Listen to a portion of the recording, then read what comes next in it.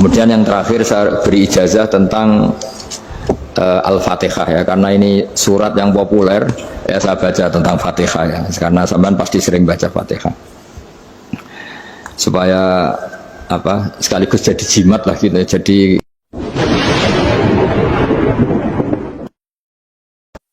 kemudian yang terakhir saya beri ijazah tentang Al-Fatihah ya, karena ini surat yang populer. Kalau saya ijazahi Quran 30 juz pasti sampean nggak hafal kan? Atau ijazah surat Baqarah, kalau mau Baqarah mau ijazahi surat Baqarah mau 2,5 juz mau Mas Asep ya, Fatihah aja yang gampang ya. Nah, ya kulhu Fatihah ini paket ringan ini, tapi pahalanya apa? Besar. Ini beda ya, artinya selama ini mungkin Anda baca tapi monoton ya, tapi ini saya bacakan teks aslinya tentang istilahnya itu mazaya itu kelebihannya Fatihah. Saya baca Arabnya dulu, nanti ini terakhir ya, ijazah tadi kan saran-saran umum tentang sosial ya, pokoknya jadikan kebaikan itu punya nilai sosial yang baik lah. Jadi nanti orang yang nggak amanah nggak laku ya, calon bupati, gubernur, presiden yang nggak amanah juga nggak laku. Begitu juga kiai yang tidak amanah juga nggak laku, suami yang nggak amanah juga nggak laku, istri yang nggak amanah juga. Sehingga kebaikan ini jadi nilai sosial yang dalam tanda kutip sudah keniscayaan ya. Yang diinginkan Allah itu seperti itu, bukan kebaikan yang dipaksakan karena kekuatan negara. Maksudnya kalau bisa kebaikan itu tidak usah dipaksakan. Memang satu apa ya, sudah satu kebutuhan. Kayak cerita-cerita di negara maju itu, bahkan apapun jatuh itu nggak ada yang ngambil apa itu. Makanya gambarannya Mekah Madinah kan gitu kan, barang jatuh nggak ada yang berani apa ngambil, itu saking sudah jadi sistem. Sehingga banyak negara di Eropa itu yang sampai nggak punya tentara, nggak punya polisi karena kebaikan itu sudah. Nah kita kan masih capek, polisinya aja capek apalagi masyarakatnya, karena ya apa ya, kebaikan itu belum jadi nilai apa bersama. Nah kita selain ditopang negara, ada polisi, ada tentara, itu kita usahakan kebaikan itu jadi nilai apa bersama ya, tadi wa'tamiru bainakum bima'ruf. Dan kita punya reputasi yang bagus dalam bab ini. Saya masih ingat kecil saya itu yang jilbaban hanya keluarga kiai, sekarang rata-rata masyarakat itu jilbaban. Dulu yang sekolah SMP, SMA itu jilbaban kadang dulu malah dilarang ya, harus sama seperti itu seragamnya. Sekarang sudah boleh dan nyaman. Lama-lama yang dapat simpatik ya yang pakai pakaian model tertutup seperti itu. Lama-lama gamane cara wong golek mantu ya golek yang seperti itu daripada yang blodor. Lama-lama jadi nilai bersama. Ya ingin saya seperti itulah. Di terminal juga sama. Orang mau makan cari warung yang kelihatan ada ayat kursinya, pakai jilbab, atau paling enggak dia nggak mungkin lah nyuguhkan yang tiren atau yang haram. Akan ada garansi sosial, ada apa? Ada garansi apa? Sosial dengan penampilan yang soleh itu kan, masa iya nyuguhkan oplosan babi gitu misalnya itu. Jadi nilai sosial itu harus ya tadi harus benar-benar jadi nilai sehingga negara biar gak capek-capek itu. Polisi juga gak capek kan, karena tugasnya corong Jawa mau ngawat-ngawati tok, tapi sudah tidak perlu tegang karena kebaikan sudah jadi nilai apa bersama ya. Ingat-ingat ya ayatnya tadi, wa'tamiru bainakum bima'ruf. Jadi kebaikan itu harus jadi nilai bersama. Iktimar itu menjadi urusan bersama. Makanya kalau kita rapat besar disebut apa? Muktamar. Muktamar itu urusan bersama. Ya tadi imamnya sholat juga menopang Gojek karena nggak lama-lama nopang Grab, nopang Kernet, nopang penjaga Indomaret, penjaga bensin, pom bensin. Lah dia hanya punya waktu 5 menit terus imamnya baca Baqarah kan. Iya imamnya mursyid, mungkin dia tambah lama tambah dapat aplaus dari muhibbinnya, tapi makmumnya dia tambah lama tambah dapat penghormatan dari pecintanya, tapi kitanya wah khusyuk wali kan, dia dapat status naik lah. Kita yang sudah tidak ikut jadi wali diganggu apa pekerjaannya. Kalau ada imam seperti itu sampai mufarokoh saja, niat ya Allah sampai sini saja saya makmum orang itu, silakan orang itu punya urusan sendiri dengan jenengan, ya sudah atau salib saja apa. Nah, itu boleh kalau dalam fikih namanya apa mufarokoh. Mufarokoh itu niat. Tapi kamu jangan langsung selonong mufarokoh, niat dulu. Pamit sama Allah bahwa sekarang mau mufarokoh. Ya, tapi ya jadi sholat yang aneh kan, imamnya masih rukuk, kamu terus sujud, terus apa-apa selesai ya. Mungkin dalam pandangan itu orang lain ini maksudnya makmum gimana ini kok begini. Tapi sudahlah Allah Maha tahu. Insya Allah dimaklumi. Ya saya baca tentang Fatihah ya, karena sampean pasti sering baca Fatihah. Supaya apa sekaligus jadi jimat lah gitu. Jadi kalau kamu sering di jalan-jalan yang mungkin sepi atau mungkin kan tidak semua teman Grab itu nasibnya bagus yang di Semarang Jogja. Mungkin yang di Kalimantan di Papua kan ada yang 10 kilo gak ketemu rumah, ya kan? Ya lihat di TV itu kan kasihan kan. Sudah 10 kilo gak ketemu rumah, penumpangnya kewekar preman tuh kan. Ini makan orang enggak kan udah. Kan ujiannya dua. Kalau penumpangnya cantik itu ya kecoba syahwat, kalau preman takut. Jadi orang itu selalu ujian itu. Sedengan itu kan jarang orang itu. Jadi kalau penumpangnya perempuan cantik ujiannya itu syahwat, kalau preman ujiannya ketakutan. Kalau orang yang lemah bawa uang ujiannya kamu ingin garong. Jadi hidup itu memang semuanya ujian. Liyabluwakum ayyukum ahsanu amala. Makanya saya sering ditanya oleh teman-teman, Gus, nah ujiannya kenal wong wedok elek piye? Sama, kenal wong ayu ujiannya syahwat, kenal wong elek ujiannya ngenyek, itu sama-sama dosa. Syahwat ya dosa, ngenyek juga dosa. Wah elek keriting untune metu ya dosa ngomong gitu. Kadang-kadang orang berpikir enak kancanan wong elek gak dosa. Kata siapa kancanan wong elek itu ya dosa karena bawaannya ngenyek. Ngenyek itu menyepelekan itu. Makanya saya itu ya gak mau berteman sampean. Nanti kan bawaannya ngenyek atau seneng ya tidak tahu. Ya sudah ada takdir saja kalau ketemu ya tak ulang ngaji gitu. Tapi ini ngaji terakhir, setelah ini ngaji biasa aja, tidak usah resmi gini. Ngaji kok resmi aneh. Pokoknya nanti suatu saat kalau pandemi sudah berlalu saya akan ngaji Rebone, lalu ini ngaji. Ini ngaji yang kurang bagus karena ngatur kiai kurang berkah ini. Nanti tapi ya lumayan lah masih mau ngaji. Ngaji kok tanggal ini jam ini. Sekarang suatu saat kamu tak panggil, Mas Wahyu datang ke sini jam ini tidak mesti bisa. Mungkin pas ada acara apa, oh, maaf ke sini pas ngecek pas apa. Gitu. Jadi ya sudah tapi tak maafkan enggak apa-apa. Takdir ya. Tak bacakan supaya sampean tahu keramatnya bismillah. Nah sebelum saya bacakan bismillah Fatihah tak beritahu tentang ilmu tafsirnya karena ini penting sekali. Fatihah itu dawuhnya Allah, tentu itu dawuhnya Allah. Saya ulang lagi itu kalamullah. Tapi yang sudah diberikan kesampaian ke kita semua. Sehingga seakan-akan itu menjadi dawuhnya kita ke Allah. Jangan salah loh ya. Fatihah itu dawuh Allah tapi sudah diberikan ke kita. Sehingga posisi kita itu yang punya itu.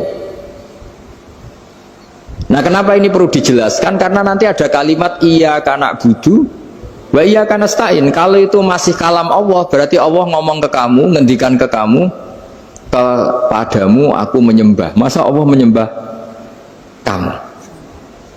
Nah sehingga ilmu tafsir itu menyelesaikan itu dulu ya. Saya ulang lagi ya, sebelum sampean sering baca Fatihah, aku yakin ya sering baca. Tapi barokahnya tidak paham itu tidak pernah janggal. Enggak paham itu ya penting supaya tidak iskal, tidak janggal.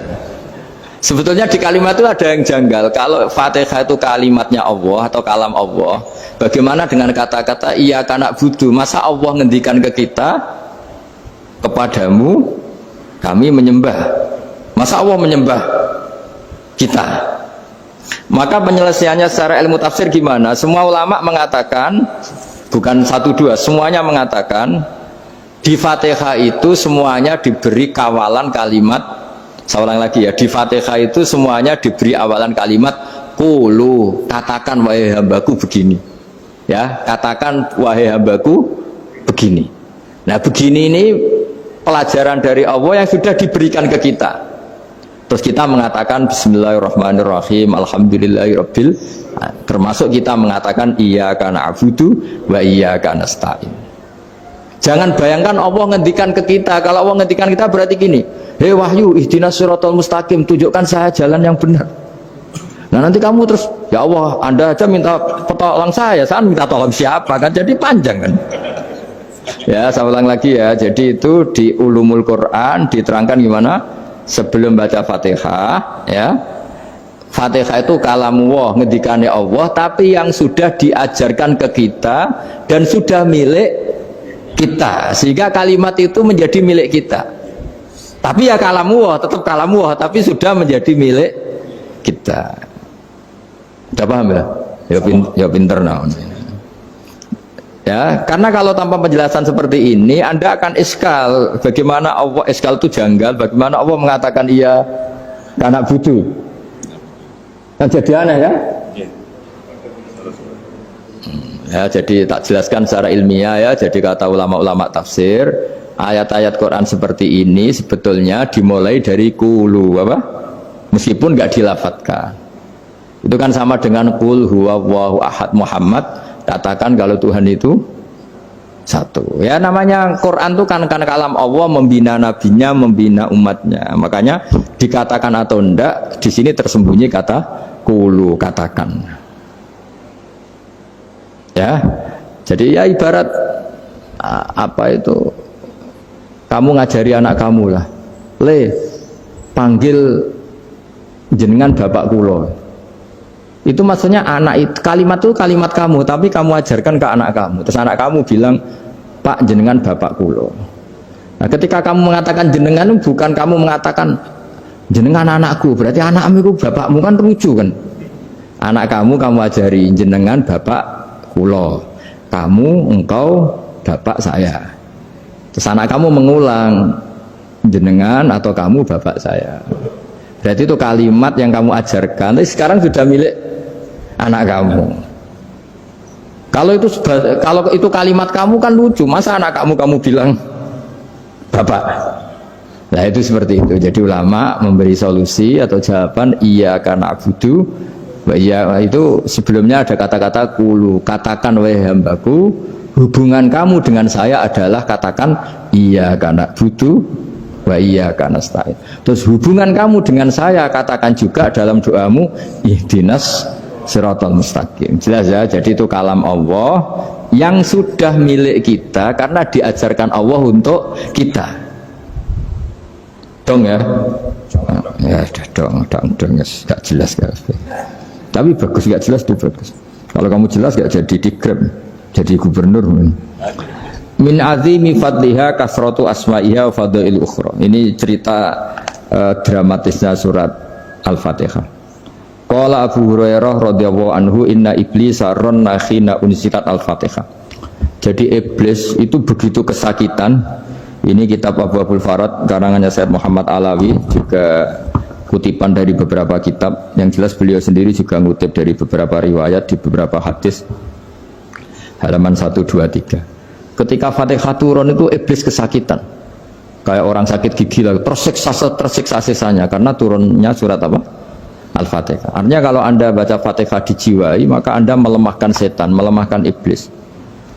Wa qala Mujahid, khina unzilat Fatihatul kitab ronna fastama indahu asyayatin. Jadi ketika Fatihah itu turun, iblis itu terkapar lah kira-kira, sampai dijenguk banyak setan. Itu di kamarnya di ICU lah kira-kira gitu kalau sekarang itu. Entah Covid entah enggak tahu, pokoknya di ICU sampai dijenguk banyak setan. Enggak tahu bawa apa enggak tahu, pokoknya dijenguk banyak setan. Nah yang nyangoni karena ini apa? Ketuanya apa? Pingsan, sakit. Jadi iblis itu sakit sampai dijenguk anak buahnya setan-setan. Ya semoga kalian semua tidak kenal setan. Kalau kenal berarti teman apa? Wa qalu misla dzalik wa qala lahum laisa mimma taquluna syai'un walakin unzilat suratun laisa ajru qailiha illa an harrama alaihi nar jahannam. Saya ini bukan sakit fisik kata iblis. Kamu tidak usah jenguk saya, datangkan dokter terbaik, tidak usah. Saya ini tidak sakit fisik. Saya ini sakit karena ada surat yang diturunkan, yang pahala yang melafatkan surat itu pasti selamat dari neraka. Padahal misi terbesar saya ini supaya manusia masuk neraka. Sekarang punya tamengnya. Mulai pusing kan? Ya seperti orang lah, goda sampean ternyata sampean setia, itu kan pusing. Nah ternyata tidak setia, itu yang akhirnya ribet kan itu. Jadi iblis itu cita-cita terbesarnya kan semua orang itu masuk neraka. Nah sekarang turun satu surat yang gara-gara surat itu siapapun yang baca dijamin selamat dari neraka. Jadi walakin unzilat suratun laisa ajru qailiha illa an harramallahu alaihi nar jahannam. Karena jadi dia shock lah, kalau orang di Jawa itu bilang shock. Aduh, sial nasib saya ini umat nggak bisa saya goda lagi karena punya tamengnya tadi punya. Qad batala kaidukum wa makrukum. Rekayasa kalian sekarang itu tidak ada gunanya semua. Nah, ini alhamdulillah di Indonesia kelihatan kan banyak yang miskin, banyak yang susah. Tapi selagi mereka masih sholat, itu keinginan mencari halal itu masih tinggi. Kayak apa kita di tengah kota, jauh dari anak istri, jauh dari tetangga. Biasanya kalau orang jauh dari anak istri, tetangga kan sakar PDW. Tapi yang soleh masih banyak, sudah jauh dari keluarga tetap lurus. Loh, kalau yang dekat lurus kan wajar, konangan wong akeh kan. Ini sudah jauh masih lurus. Nah ini nggak lepas dari barokahnya surat apa? Surat Fatihah tadi. Jadi karena ada surat yang menjamin pelafalnya atau qailiha terbebas dari api neraka. Wa qalat as-sayatinu lahu is ayyusa'in ta'muruna ya maulana. Faqala lahum idhabu wajtahidu hatta tukhfilu qulubahum hatta la yaqulu hadhihi surah. Lalu kita gimana? Jari para setan gitu. Lalu kita gimana? Terus kata iblis, sudah bikin mereka lupa sehingga tidak baca lagi. Selagi masih baca kita pasti keok. Jadi kalau zaman sudah jarang baca Fatihah itu berarti sudah bagian dari kemenangan apa? Iblis. Jadi kalau zaman sudah jarang baca Fatihah itu berarti bagian dari kekalahan Anda, kemenangan iblis. Masih sering baca? Berapa kali? 5 kali sholat. Terus apa lagi? Ya, kalau ngajarin anak-anak mau itu juga saya doa itu juga Kok 5 kali tok itu? Berarti pas sholat fardu tok itu? Enggak 5 kali itu mendingan itu 17. Kamu itu ngitungnya jangan 5 ini. 5 waktu aja. 5 waktu itu berarti lumayan kan? Berapa? 17 ya? Ya. 17 ya? Ya. 17, tapi kalau makmum tuh sering separuh kan, apalagi makmum terawih. Ya kan? Makmum terawih itu bacanya Fatihah ada yang sempurna enggak ya? Ya enggak lah. Baru alhamdulillah rabbil alamin mampu ruko ikut ruko ini gitu. Makmum kan yang terawih lah Mas. Kalau terawih jarang sempurna ya. Fatihahnya itu. Kan imam sudah ruko. Kamu bacanya Fatihah sampai mana gitu? Baru setengah ya. Ya paling pas terawih aja kan enggak sempurna ya. Apalagi kalau imamnya sing kilat tuh waduh malah. Nah ketika Fatihah itu sebegitu keramatnya, sebegitu topnya, itu setan rapat, singkat cerita itu yang tadi dipimpin oleh iblis yang sedang terkapar apa? Terus tali obatnya nggak ada, cuma dia shock karena ada surat yang turun yang melafatkan itu pasti selamat dari apa? Neraka. Nah ini gimana saran Anda? Terus sarannya adalah bikin orang-orang itu lupa, tidak baca Fatihah. Nah ini rapatnya iblis. Idhabu wajtahidu hatta tufilu qulubahum hatta la yaqulu hadhihi surah. Kala yuksiru qira'ataha wa la yakunu lahum ajrun wa thawabun bal yakunu lahum adzabun wa iqabun. Jadi saya mohon selama ini Anda sudah baca, tapi mungkin hanya rutin saja. Napa rutin saja? Tapi barokahnya ngaji ini kamu punya kekuatan atau punya semangat membaca karena ini surat yang luar biasa. Ibarat gini, kalau sampean tanya, saya juga sering mikir. Masa Gus hanya surat kok punya kekuatan seperti itu? Di dunia ini kata Allah, mulai Nabi Adam sampai kiamat, nggak ada yang bisa menandingi kekuatan kalimah. Kalimah itu kata-kata. Nggak ada yang bisa menandingi kata-kata. Misalnya Anda nge-grab, berangkat istri cuek, berangkat cuek. Itu beda dengan ketika meskipun satu kalimat. Wes Pak, muga-muga dilindungi pangeran, mungkin jenengan selamat. Itu menjadi teduh dan semangatnya luar biasa karena kayak mendapat support. Jadi kira-kira kalimat itu hubungannya kita dengan Allah. Fatihah itu seperti itu. Kamu melafadzkan satu kata-kata yang dibenarkan langit bumi, dibenarkan aras, dibenarkan malaikat, dibenarkan semua penghuni di dunia ini. Sehingga itu efeknya luar biasa. Itu seperti gini ya, kamu cerai sama istri, terus nikah lagi katut babon. 10 tahun anak kamu dididik, ibunya benci kamu. Dan memang Anda layak dibenci. Duit deh. Dan sampai nggak pernah manggil kamu Pak. Suatu saat kamu tentu rindu kan ingin dipanggil bapak oleh anak kamu. Suatu saat anak ini manggil kamu Pak. Itu senengnya bukan main. Hanya sebuah kata-kata. Makanya kadang-kadang orang itu tanya sama kiai, ijazah lafadz ini gunanya apa sih? Itu ijazah-ijazah itu untaian kata-kata. Yang kata-kata ini dibenarkan langit dan bumi dan aras dan para malaikat, sehingga efeknya itu luar. Nah ibarat seperti itulah, kamu melafadzkan Fatihah itu melafadzkan kata-kata yang dibenarkan Allah dan Rasul dan semua malaikat, semua penghuni langit. Maka ini efeknya pasti luar. Nah di sini lah orang-orang dulu itu tahu keramatnya itu, sehingga ketika melawan Belanda, melawan Jepang dulu itu kalimat-kalimat itu menjadi mantra yang luar biasa. Doa lah, doa yang luar biasa. Tapi di era modern karena orang sudah tidak ngerti itu, dianggap itu mantra, jimat, khurafat, bid'ah, waduh ribet menemal. Sebetulnya tidak seperti itu. Memang kata-kata ini kekuatannya luar biasa. Sama kesakitan hati kamu juga karena itu. Ngojek wangilan. Lha pak di bojo kok kowe gagah tok kere. Wah, iku seling terus. Padahal kalimat itu kan tidak melukai secara fisik, tapi apa kerjanya sesuk saras-sarasen. Karena terus dengan pengadilan seperti itu kan, ngapain kerja demi perempuan yang seperti ini? Lagi-lagi kata-kata ini luar. Nah bayangkan kalau kata-kata itu adalah kalimat yang diajarkan Allah lewat Rasulnya, lewat malaikat Jibril. Kayak apa kekuatannya itu? Nah kira-kira Fatihah itu gitu. Kalimat yang baik, kalimatan thayyibah diajarkan oleh Allah dan Rasul, kayak apa kira-kira kekuatannya? Pasti luar biasa.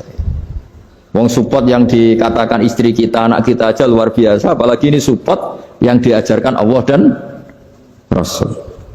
Ya makanya saya mohon kalau baca Fatihah, baca kalimat-kalimat thayyibah ketika sholat itu dijiwai. Ya misalnya Rabbana lakal hamdu mil'us samawati wa mil'ul ardi wa mil'u ma syi'ta min syai'im.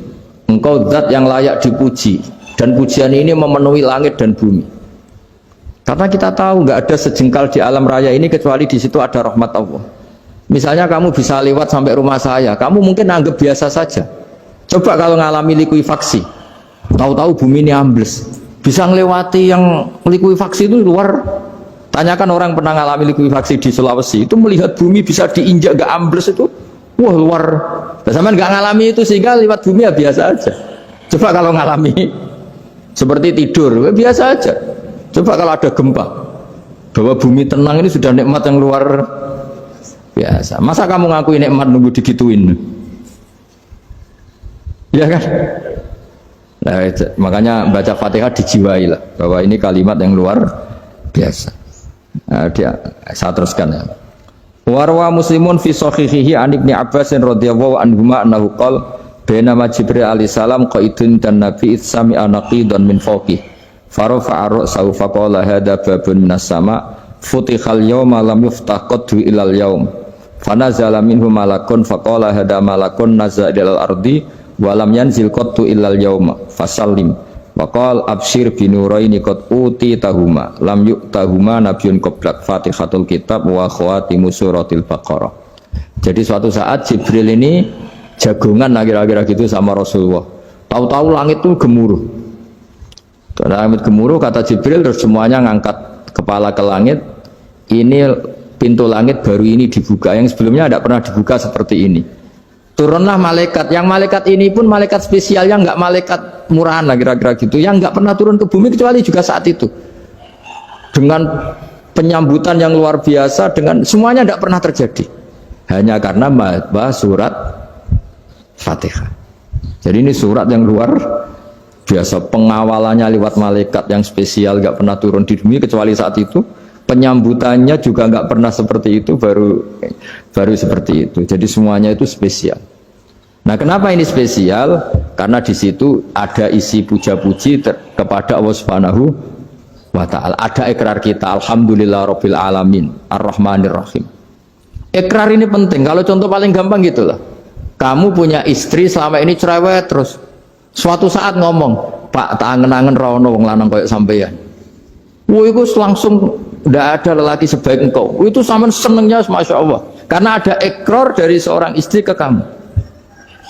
Nah bayangkan kalau ikrar kita sebagai hamba diakui oleh Allah Subhanahu, maka ikrar ini akan dicatat sebagai kebaikan kita yang kita panen nanti di akhirat. Karena ada ikrar, kita ikrar bahwa alhamdulillahirabbil alamin, kita ikrar ar-rahmanir Rahim. Kita ikrar Maliki Yaumiddin. Kita ikrar iyyaka na'budu wa iyyaka nasta'in. Sampean misalnya jadi orang Indonesia, ketemu orang Indonesia yang makmur di Jerman, terus lupa Indonesia.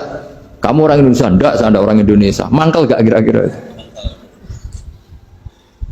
Mangkel. Karena salah ikrar kan gitu.